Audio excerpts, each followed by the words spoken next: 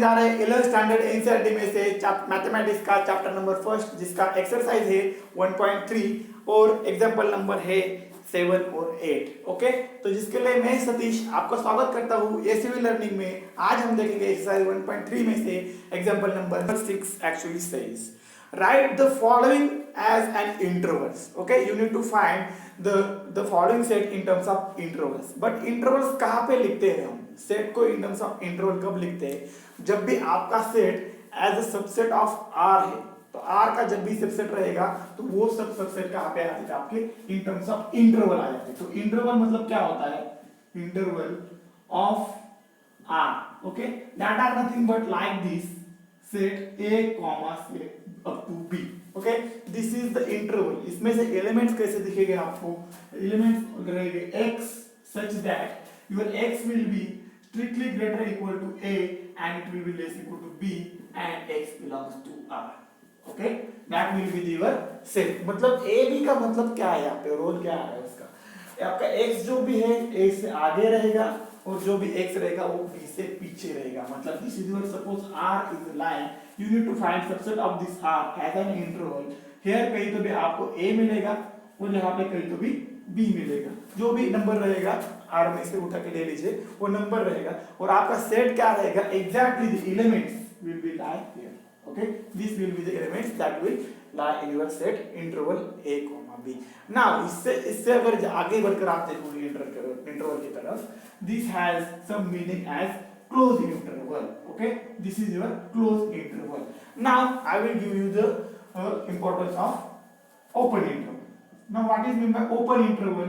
Is nothing but a comma b. Okay, this is your open interval. इसमें से element कैसे मिलेंगे? Same रहेगा। Okay, all elements x belongs to R रहेंगे such that x will be strictly less than b and that will be greater than a रहेगा। मतलब क्या रहने वाला है यहाँ पे देख लीजिए, आपको सेम दिख रहा होगा लेकिन एग्जैक्टली सेम नहीं है। मैं x को रिस्ट्रिक्शन कहाँ पे दे रहा हूँ? x is strictly greater than a and it is strictly less than b. Therefore I will not consider my a and b. Suppose somewhere my a is there and somewhere b is there, I will exclude that a and b and then I will just take the elements that are in between a and b. Okay, that will be my elements in interval open a comma b. Okay, this was about intervals. Now we will find the intervals of your question in question number 6 one by one. Okay, तो देख लेते हैं। उसके लिए हमें जाना पड़ेगा question number 6 के फर्स्ट ऑप्शन में, जहाँ पे आप क्वेश्चन रीड कर सकते हो। आपके स्क्रीन पर कुछ तो भी ऐसे दिया रहेगा आपको in terms of the definition of interval. We will find its interval quickly. Okay, तो देख लीजिए क्या है आपका इंटरवल। फर्स्ट वो सेट बिल्डर फॉर्म में दिया है, it is nothing but x such that x belongs to R. That is the important thing. Okay, if x will not belongs to R, you cannot write your set in terms of interval. Now since x is in interval and has -4 less than x less than equal to 6. Okay, that is your question number first. Okay, we will find the interval of it. Okay, interval I will denote it by 1. Okay, 5 interval I1 रहेगा आपका x belongs to R and -4 is strictly less than x. Now जब भी आप जाओगे interval की तरफ तो पहले तो एलिमेंट लिख लीजिए -6 है और कुछ तो भी मुझे एलिमेंट 6 दिख रहा है। तो मेरे जो भी एलिमेंट आ रहे हैं इन दोनों के बीच में आ रहे हैं, लेकिन रेस्ट्रिक्शन कहाँ पे है? मेरे 6 पे रेस्ट्रिक्शन है नहीं, लेकिन मेरे 4 पे रेस्ट्रिक्शन है। तो मैं रेस्ट्रिक्शन जब भी रहेगा उस पे ओपन इंटरवल लगा दूंगा, जिसमें रेस्ट्रिक्शन नहीं है जिसको मैं इंक्लूड कर रहा हूँ उस पे ओपन इंटरवल लिख दूंगा। तो ये मेरे आएंगे elements of first case, that is nothing but open interval -4 and close interval 6. This is your answer. Why this is so? क्योंकि अभी क्या बोल रहे हो? x is strictly greater than -4. Look at here, your x is strictly greater than -4 means what? X will not take any value less than equal to 4. Okay, x will not take any value less than equal to 10 and x is strictly less equal to 4. Strictly x is less equal to 6 means what? Less equal to 6 means what? X greater than 6 में से आपको कुछ भी नहीं मिलेगा, आपको मिलेगा greater than 4 and less equal to 6. That will be your interval -4 comma 6. Okay, now the next interval is nothing but second is x such that x belong to R -12 less than x less than -10। Okay, second के लिए मैं just लिख देता हूं मेरा interval number 2। Okay, जिसमें आपको दिया है my x, here I will write my x is greater than -12, suppose somewhere -12 is there and -10 will be here, and they are saying it as x is strictly greater than 12 is this, and x is strictly less than 10, therefore this interval become open from both sides, that I will write it here, which is nothing but, here I can write it as open interval -12 comma open interval -10। Why this is so? क्योंकि मेरा एक strictly greater then -12 है और strictly less then -10 है, इसलिए दोनों तरफ क्या रहेगा, ओपन रहेगा। वही तो बात है ना, अगर आपको इंक्लूड करना है तो आप क्लोज कर लीजिए, अगर आपको उसको नहीं लेना है, उसके बाद के एलिमेंट लेने हैं तो उसको ओपन ही रख दीजिए। ओके, तो चलो ठीक है, इसी हिसाब पे जाएंगे हम एग्जांपल नंबर 3 पे। एग्जांपल 3 में एग्जैक्टली आपको सेम सेट दिया है, x बिलोंग टू r है such that your x is strictly greater equal to 0 है और x is less than strictly less than 7 है। तो मैं जस्ट आपको यहाँ पे लिख के बताता हूँ डायग्राम पे, आपको डायग्राम से बहुत अच्छे समझ में आएगा। Suppose this is my origin 0 and somewhere 7 is there and my all axes lying between these two are nothing but such that are strictly greater equal to 0, means you will include 0 and you will exclude 7, it means you will I3 will become close interval 0 and open interval plus 7. Why I am taking plus 7 open, that you must know now, since I am not considering x as 7. Okay, the last but not the least example number 4 is x such that x belong to R, and if your restriction on x is nothing but x is in between 3 and 4, which will include 3 as well as 4. This is the interval number 4. I will denote it by I4. Okay, that will be the diagram of this will be like this. Okay, it is taking value 3 and 4, in between 3 and 4.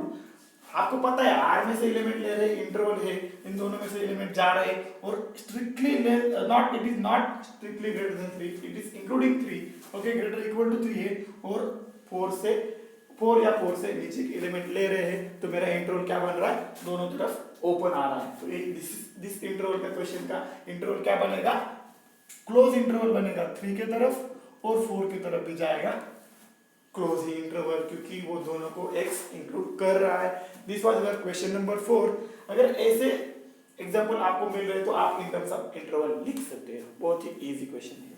तो next question में जाने से पहले मैं just question read कर लेता हूँ।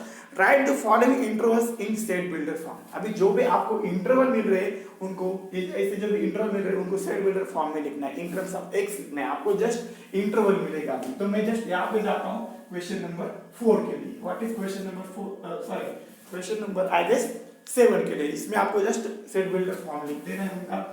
तो क्या आएगा सेट बिल्डर फॉर्म्स, तो फर्स्ट तो दिया है -3 0। जस्ट इंटरवल लिखते समय आपको केयरफुली लिखना है, इंटरवल मेरा ओपन -3 एंड 0 की तरफ भी ओपन है, मतलब मेरा x -3 और 0 नहीं ले रहा है और R का सबसेट है, तो ये जाएगा मेरा set x, okay, belongs to R। Okay, set x belongs to R रहेगा क्योंकि ये इंटरवल है, such that my x is lying between 0 and -3. Here it is open, I will exclude 0, so this has become my interval. Why this is so, मेरा x 3 और 0 को exclude कर रहा है, open interval ले रहा है वहाँ पे। Okay, was it easy? Yes, it was easy. Now number next, what about number 8 next? I will just write interval first. Intervals are nothing but 6 and 12, where you are having both side close interval. Okay, quickly लिख लो यार, इसको क्या करने का, x belong to R तो रहेगा क्योंकि interval है, और x बिलोंग टू 6 एंड 12 है, बीच में x लिख लीजिए, इधर 12 लिख लीजिए, यहाँ पे 6 जाइए। अभी क्लोज इंटरवल है तो उसको लेस देन इक्वल टू लिख दीजिए, यहाँ पे भी क्लोज है तो लेस देन इक्वल टू लिख लीजिए, बन गया आपका set in set builder form. Okay, तो answer was too much easy. Now example number 3। What example number 3 gives you is the set open at 6 and close in 12. This is your 6 and 12 interval. I will try to write this as x such that we लिख सकते हो क्या है, मेरा x belong to R है और x को restriction क्या दिया है, 12 दिए है, 6 दिए है। अभी एक 6 की तरफ से ओपन है तो मैं जस्ट लेस देन लिख रहा हूँ, 12 की तरफ क्लोज है तो लेस देन इक्वल टू ले रहा हूँ। सिर्फ वाई दिस इज सो, क्योंकि मेरा x 12 की वैल्यू भी ले रहा है। ओके, तो this was your set builder form of the third set. Next is -23 and 5. Don't bother about minus sign. Okay, just consider your the definition. Definition says close interval -23, open interval 5 is there. Open interval 5 ही रहेगा तो मैं इसे लिखना मुश्किल नहीं होगा मेरे लिए भी। x belongs to R since interval is there. Okay, now आपको यहाँ पे केयरफुली लिखना है -23 to 5 है तो मेरा लोअर बाउंड क्या है -23, जो कि लेस इक्वल टू वैल्यू ले रहा है क्योंकि मेरा ओपन इंटरवल है, और 5 के लिए सॉरी 23 के लिए ओपन है और 5 के लिए, अरे यार 23 के लिए क्लोज है और 5 के लिए ओपन है, तो चलो जाइए आप लेस इक्वल टू के लिए और जाइए लेस देन के लिए 5 के लिए। तो ये हो गया आपका set builder form for question number 5।